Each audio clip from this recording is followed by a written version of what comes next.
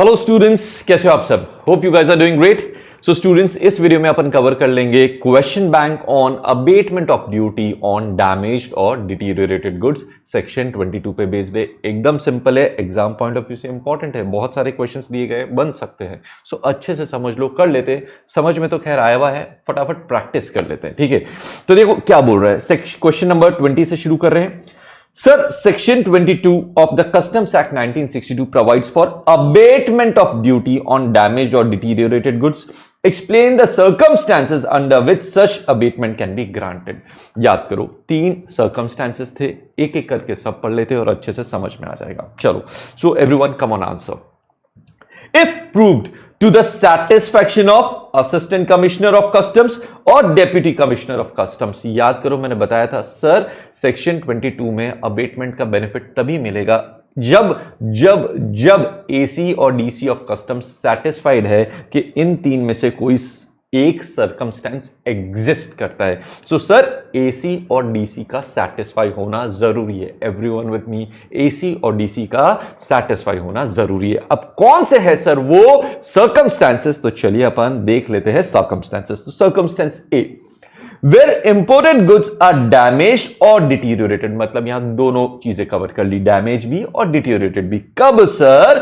Before और during. So ध्यान रखना, अपन बोल रहे हैं बिफोर और during what? Their course of unloading. Sir, unloading के पहले या अनलोडिंग के दौरान अगर गुड्स डैमेज और डिटीरियोरेट होते हैं तो उसको एक अपन ने सर्कमस्टेंस में कवर कर लिया है, ठीक है? So that's your point number A. B क्या बोल रहा है? When the imported goods, यहां पे बोल रहे other than warehouse goods. Sir, अभी वेयरहाउस गुड्स की बात नहीं कर रहे, उसकी बात करेंगे अपन सर्कमस्टेंस सी में। Everyone with me, here we are talking about imported goods other than warehouse goods. Sir, अगर वो डैमेज हो रहे, I am specifically saying sir, यहां डैमेज की बात कर रहे एंड नॉट डिटीरियोरेशन।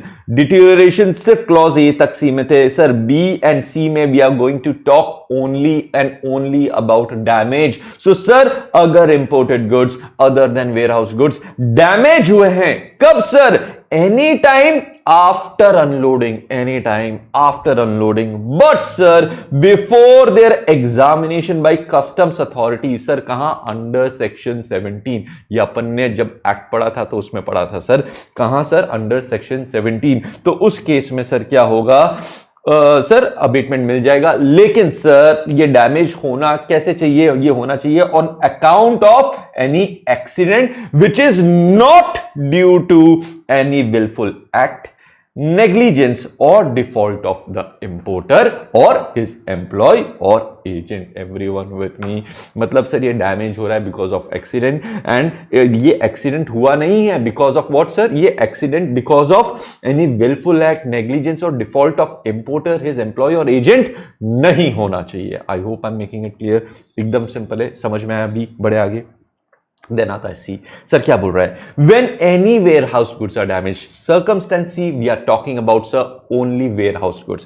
सर, अगर वो डैमेज हो रहे हैं सर, कब? At any time before clearance for home consumption. Sir, before clearance of home consumption के अगर डैमेज हो रहे हैं on account of what sir? Accident not due to any willful act, negligence or default of the owner, his employee or agent, तो sir उस case में again abetment का benefit मिल जाएगा सर, अगर एसी और डीसी कस्टम सेटिस्फाइड है। Everyone comfortable? अब देखो, जो डैमेज है उसका मतलब होता है फिजिकल डैमेज, ठीक है? क्या होता है फिजिकल डैमेज? मतलब अब गुड्स फिट नहीं है to be use for the purpose for which they are meant, right? Intended purpose के लिए यूज नहीं हो सकते। सर, डिटीरियोरेशन का मतलब क्या होता है? सिंपल है sir, reduction in quality of goods. किसकी वजह सर? नेचुरल कॉजेस की वजह से। एग्जाम्पल के तौर पे हो गया वेदर कंडीशंस, ठीक है? मैंने बताया था सर, एप्पल सॉगी हो गई है तो अब वो यूज नहीं हो सकती है, उसकी क्वालिटी रिड्यूस हो गई। So that is what basically deterioration, right? Great. अब इंपॉर्टेंट पॉइंट सर, हम कैसे कैलकुलेट करेंगे amount of duty chargeable after abatement? Sir, हम कैसे कैलकुलेट करेंगे amount of duty chargeable after abatement? तो देखो, मैं एक सिंपल सी चीज बोलता हूं स्टूडेंट्स, मैंने आपको जब क्लास में पढ़ाया था तो एक सिंपल सा कॉन्सेप्ट बताया था, क्या सर, कि जो सर ड्यूटी का रेशियो है वो सेम होना चाहिए, वो इन प्रपोर्शन होना चाहिए वैल्यू के रेशियो के हिसाब से। मतलब सर अगर गुड्स की वैल्यू रिड्यूस हो रही है तो प्रपोर्शनेटली ड्यूटी भी रिड्यूस होनी चाहिए। तो अगर कैलकुलेट करना आता है तो कैसे करोगे, ये फॉर्मूला याद मत करो, मैं बता रहा हूं ना, लॉजिकली वैसे कर लो, आपको याद करने की जरूरत नहीं पड़ेगी, सिंपल सी चीज है सर। पहले हमने लिख दिया ड्यूटी डिवाइडेड बाई ड्यूटी, और फिर हमने कर दिया equal to what, value divided by value. इतना समझ में आया सर? अब सर सबसे पहले हम ड्यूटी, कौन सी ड्यूटी की बात करें, ऊपर लिखोगे ड्यूटी ऑन डैमेज्ड और डिटीरियरेटेड गुड्स, ठीक है। ऊपर ड्यूटी कौन सी हो गई सर, ड्यूटी ऑन डैमेज्ड और डिटीरियरेटेड गुड्स, डिवाइडेड बाय क्या हो गया sir, duty before, sir before damage और डिटीरियरेशन। समझ में आया? अब सर जो ड्यूटी है, मैंने क्या बोला सर, इन प्रोपोर्शन होनी चाहिए टू वैल्यू। मतलब सर वैल्यू में क्या लिखेंगे सर, वैल्यू किसकी sir, damaged, value of damaged और डिटीरियरेटेड गुड्स। समझ में आया?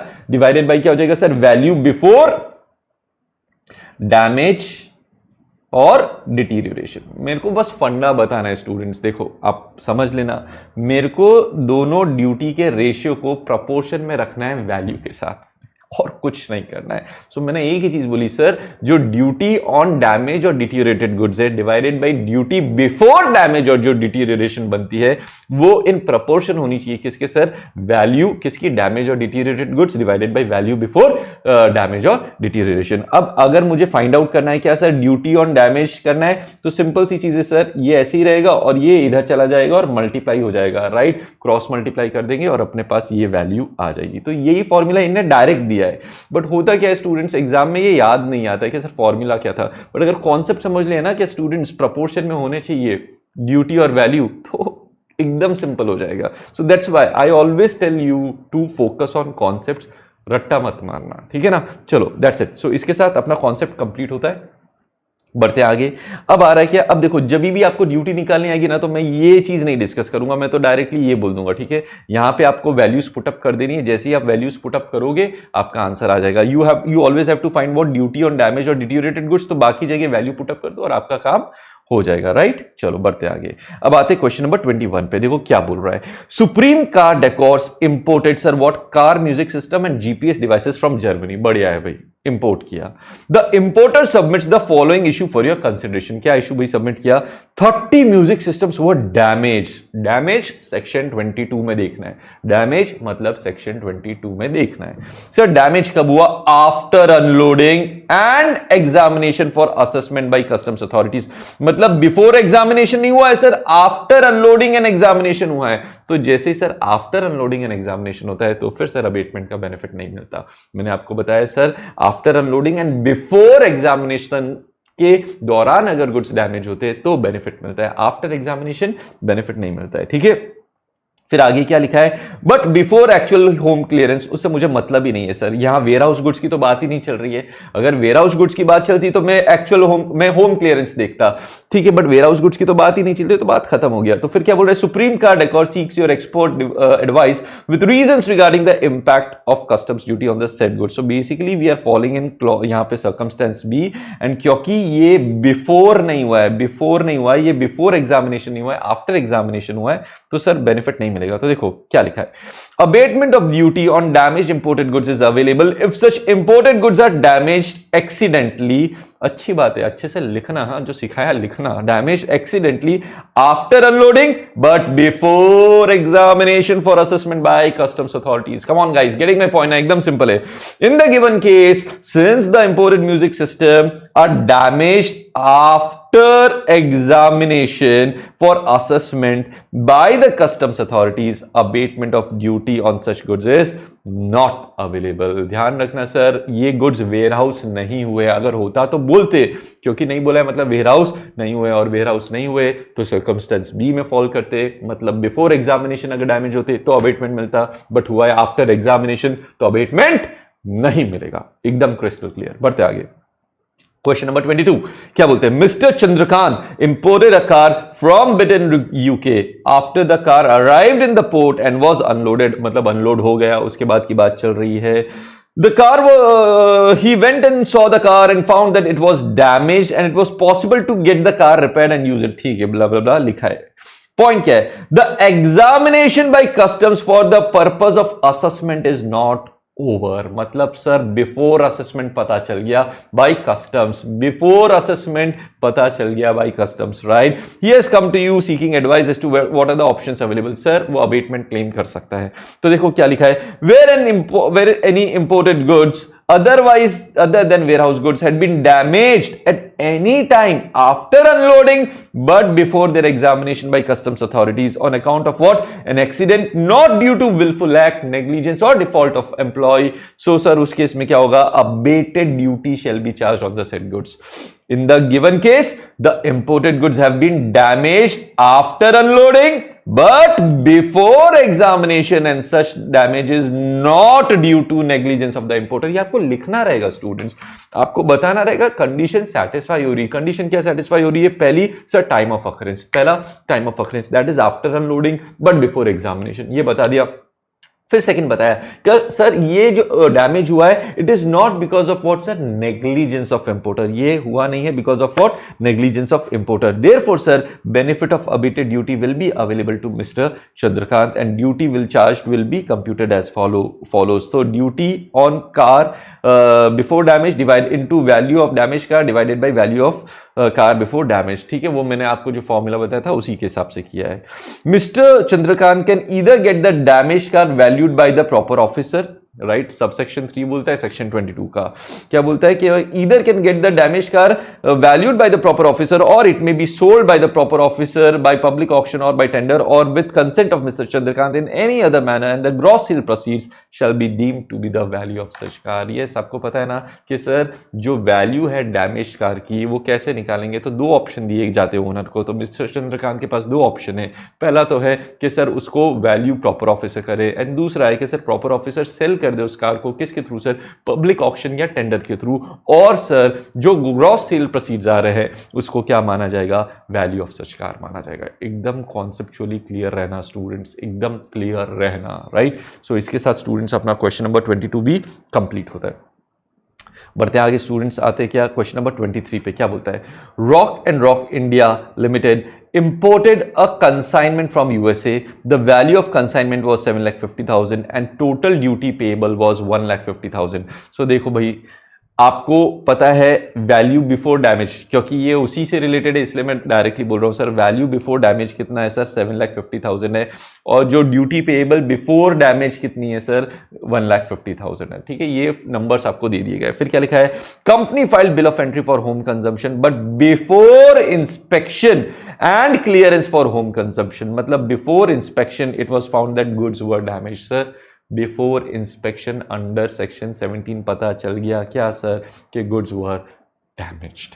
सर क्या अबेटमेंट मिलेगा, अबेटमेंट मिलना चाहिए, मेरे हिसाब से तो मिलना चाहिए. बाकी पढ़ते हैं क्या लिखा है. On filing representation to the customs department the proper officer refuse the claim for abatement because goods were already unloaded. भाई अनलोड हो गए तो उसमें क्या दिक्कत है. ठीक है, the proper officer is in agreement with the claim that value of goods has come down to only rupees 1,50,000. मतलब ये value of goods after damage कितना हो गया है, यस कितना हो गया है सर, हाँ 1,50,000 हो गया. तो ये तीसरा नंबर भी अपन को मिल गया. Examine the issue with reference to relevant statutory provisions and calculate the amount of total duty payable. ये तो पहला क्वेश्चन है. पहले क्वेश्चन को आंसर करते हैं फिर अपन अगले क्वेश्चन की तरफ बढ़ते हैं. मुझे बताओ, अब आप लोग बताओ क्या सर अबेटमेंट मिलेगा. सर मिलेगा ना, क्यों नहीं मिलेगा, क्योंकि मेरे हिसाब से तो बिफोर इंस्पेक्शन हो रहा है ना डैमेज, तो अबेटमेंट मिलना चाहिए. आफ्टर अनलोडिंग बिफोर इंस्पेक्शन हो रहा है, अबेटमेंट मिलना चाहिए. तो देखो क्या लिखा है, आंसर देख लेते हैं.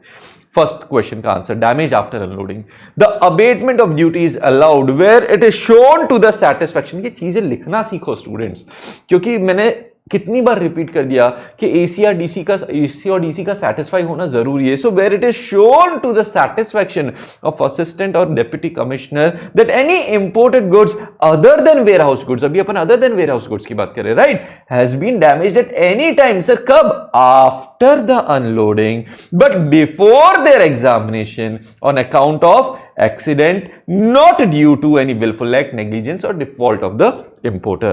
Thus In the view of above mentioned provisions, the stand taken by the proper officer of refusing the claim for abatement is not valid. मतलब सर जो प्रॉपर ऑफिसर बोल रहा है ना कि हम आपको अबेटमेंट का क्लेम नहीं देंगे, वो वैलिड नहीं है, अबेटमेंट देना पड़ेगा। ठीक है, आगे क्या लिखा है? The duty to be charged on the damaged goods shall be what? Shall be reduced in proportion to the reduction in value of goods. मैंने बताया था ना, जितने proportion में value reduce हुई है उसी proportion में duty reduce हो जाएगी। value duty न्यूमरेटर में क्या आ जाएगा सर? डैमेज से related duty on damaged goods और deteriorated goods होता है, और राइट में क्या होता है? वैल्यू ऑन डैमेज और डिटीरियोरेटेड गुड्स। नीचे क्या आ जाता है सर? डिनोमिनेटर में क्या आ जाता है? Duty on goods before damage और डिटीरियोरेशन, और राइट में क्या आ जाता है? Value of goods before damage और डिटीरियोरेशन। तो बस उसके हिसाब से फॉर्मूला बन जाता है अपना और काम खत्म हो जाता है, राइट। अब I hope you can put it in the formula, right. ये फॉर्मूला में आप पुट इन कर सकते हो ना स्टूडेंट्स। जस्ट अ सेकेंड, कहाँ गया? या यस देखो, अब मैं एक काम करते ना, अपन वैल्यूज पुटअप करते तो आपको पता चल जाएगा। जस्ट थोड़ा सा और इंटरेक्टिव बना देते अपन। देखो क्या दिया है, मेरे को बताओ वैल्यू पहले कितनी थी? वैल्यू देखो मैंने बोला ना, सिंपल सा यही लिख देते, duty upon duty is equal to value upon value. Sir ऊपर बोल रहे हैं, बात कर रहे हैं आफ्टर की, आफ्टर डैमेज और डिटीरियोरेशन, और नीचे बोल रहे हैं बिफोर, राइट। बिफोर डैमेज और deterioration, value after and divided by value before. ठीक है, after value of what? Basically damaged, value of damaged, यहां पे लिख सकते हैं वैल्यू ऑफ व्हाट? डैमेज और डिटीरियोरेटेड गुड्स होता है। ठीक है, तो अब मुझे बताओ ड्यूटी आफ्टर कितनी, वो तो अपन को निकालनी है। ड्यूटी बिफोर कितनी थी सर? ड्यूटी बिफोर थी 1,50,000, तो ड्यूटी आफ्टर निकालनी है अपन को, आफ्टर डैमेज डिटीरियोरेशन। तो सबसे पहले वैल्यू कितना हुआ? वैल्यू ऑफ डैमेज्ड गुड्स कितना रह गया? 1,50,000 डिवाइडेड बाई, सर पहले कितनी वैल्यू थी सर? 7,50,000 मल्टीप्लाई कर रहा हूं सर, बिफोर को मैं यहां पे लेके जा रहा हूं। जो ड्यूटी पहले कितनी थी सर? पहले ड्यूटी थी 1,50,000 ही थी, ठीक है ना। तो 1,50,000 इंटू 1,50,000 डिवाइडेड बाई 7,50,000, यही होना चाहिए। देखो एक बार देख लेते हैं, देखो वही है ना, 1,50,000 डिवाइडेड बाई 7,50,000 इंटू 1,50,000। सो वही चीज हो गया ना स्टूडेंट्स, जो चीज मैं बोल रहा हूं पता चल रहा ना। 1,50,000 डिवाइडेड बाई 7,50,000, वही इनने यहाँ लिखा है 1,50,000 डिवाइडेड बाई 7,50,000, फिर मल्टीप्लाई कैसे कर दिया? 1,50,000 से मल्टीप्लाई कर दिया 1,50,000 से। तो मैंने फॉर्मूला याद नहीं किया, मेरे को बस यही बताना है स्टूडेंट्स। में तो लॉजिकली जाता हूँ, लॉ को इंटरप्रेट करता हूँ, वो चीज़ आपको सिखा देता हूँ। आपने वो चीज़ सीख ली, एग्जाम में करके आओगे, मार्क्स मिल जाएंगे। समझ में आया? चलो बढ़ते आगे। सो इसके साथ ये क्वेश्चन भी होता है अपना कंप्लीट। नेक्स्ट क्वेश्चन क्या है? इसी में नेक्स्ट क्वेश्चन देखो, नेक्स्ट क्वेश्चन क्या है? Everyone, would your answer be different in the above case if the goods get deteriorated after unloading and examination but before clearance for home consumption and value comes down to 7 lakh? भाई मुझे बताओ, अगर goods deteriorate होते हैं after unloading and examination, तो sir क्या covered है, उसमें अबेटमेंट मिलता है? मैंने आपको बताया था सर, सिर्फ बिफोर और ड्यूरिंग अनलोडिंग तक, बिफोर और ड्यूरिंग अनलोडिंग तक अगर गुड्स डिटीरियोरेट होते हैं तभी आपको अबेटमेंट का बेनिफिट मिलता है। उसके बाद में आफ्टर अनलोडिंग अगर गुड्स डिटीरियोरेट होते हैं तो सर कोई बेनिफिट नहीं मिलता अबेटमेंट का। तो यहां पे वैल्यू से कोई मतलब ही नहीं सर, अबेटमेंट का बेनिफिट ही नहीं मिलने वाला है। ठीक है, तो क्या बोल रहा है? The abatement of duty is allowed in case of deterioration only if such deterioration occurs before और during the unloading of goods. मैंने बताया ना, सर्कमस्टेंस ए में ही सिर्फ कवर्ड है deterioration. Since in this case imported goods have been deteriorated before clearance for home consumption but after unloading, abatement of duty will not be allowed and full duty will have to be paid. Sir abatement नहीं मिल रहा मतलब पूरी duty पे करनी पड़ेगी ना। और इसके साथ कॉन्सेप्चुअली खत्म। देखो 4 क्वेश्चन दिए थे सिर्फ एक टॉपिक से रिलेटेड, राइट? कितने? 4 ये, यस 4 क्वेश्चन थे एक टॉपिक से रिलेटेड। इंपॉर्टेंट है स्टूडेंट्स, इंपॉर्टेंट है, कॉन्सेप्चुअली क्लियर हो, सब हो जाएगा। ठीक है, so that's it for the day guys. मिलते हैं नेक्स्ट वीडियो में नए टॉपिक के साथ। Till then take care, bye bye and happy learning as always.